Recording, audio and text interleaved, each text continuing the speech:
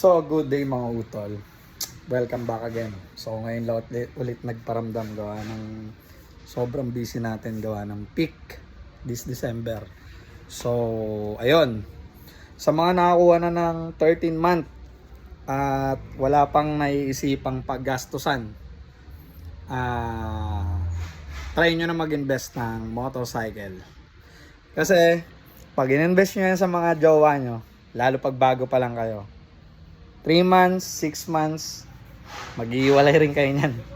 Ito, 12 months, 24 months, 36 months, pag natapos mo, mapapasayo. Wag mo lang hindi babayaran dahil marerepo yan. Okay? So, as of now, sa mga nagtatanong nga pala sa akin ng mga parts for delivery, wala po tayong ordering ngayon since December 19 hanggang January 1st week. Kasi naka-system off na si Yamaha. So lahat ng ordering tatanggapin ko yan sa January na po. So kung ano yung mga availability natin dito, kung ano available natin dito, yun lang muna yung maibebenta natin. And after Christmas nga pala sa December 26, mag-year end inventory kami. So yung mga kukunin dyan na parts na naiwan dito, mas magandang makuha nyo na ngayon hanggang bukas.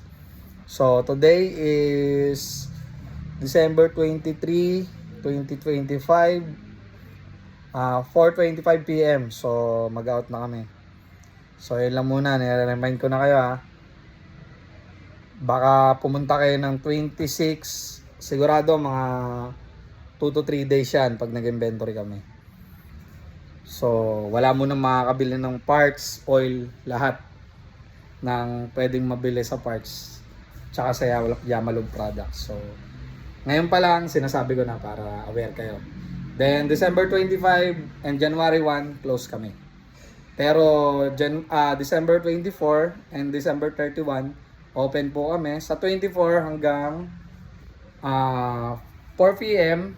Then, sa 31 naman, hanggang 12:30 lang. So, half day lang.